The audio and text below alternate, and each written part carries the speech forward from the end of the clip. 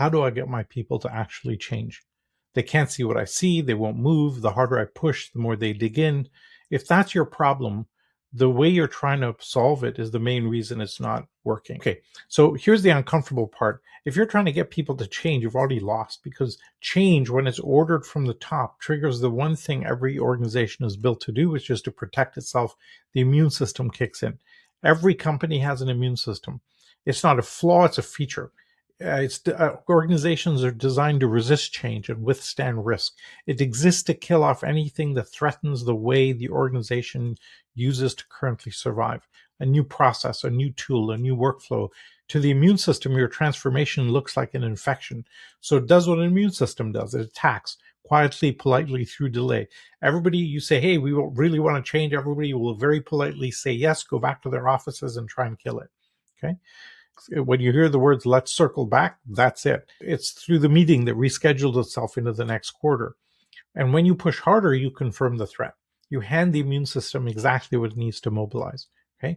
This is why change programs fail. Not because people are lazy or afraid. It's because you're fighting a system that's actually doing its job. Okay. Now, one of the people in the room said it better than I could. He said, how do you create a pull where the new way is so obviously easier that people abandon the old workflow on their own? Instead of being told to, they just do it. Read that again. That's the entire game. You don't push. John Hagel and John Seeley Brown call this the power of pull.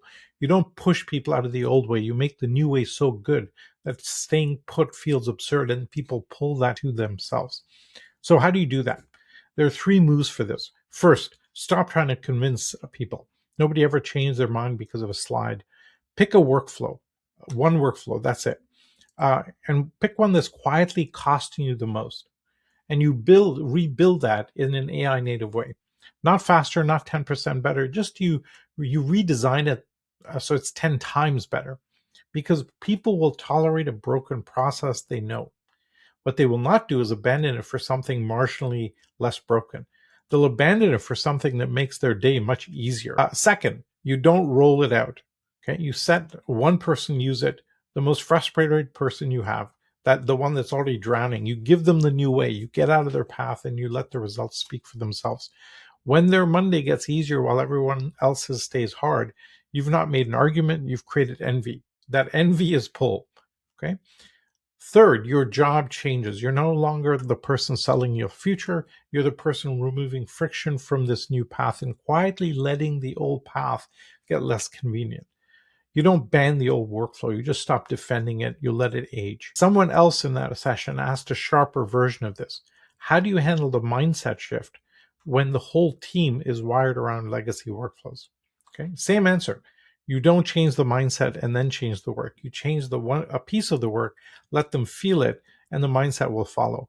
Belief comes after experience, never before it. Now, I'll be straight with you. This is slower than a mandate, and it's harder than sending somebody a memo. The immune system is very strong, and some people will never come along. And that's fine. You're not looking for unanimous. You're looking for the first defector and the second. There's that old video on YouTube about somebody dancing, and then the next thing you know, everybody's dancing, right?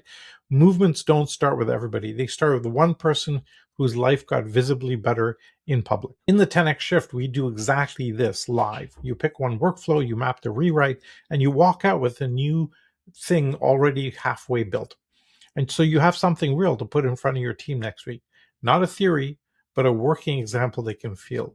If that's the problem we have been sitting on, the link is below. We're here to explore how we shift our mindset, our organizations, and our systems for the future.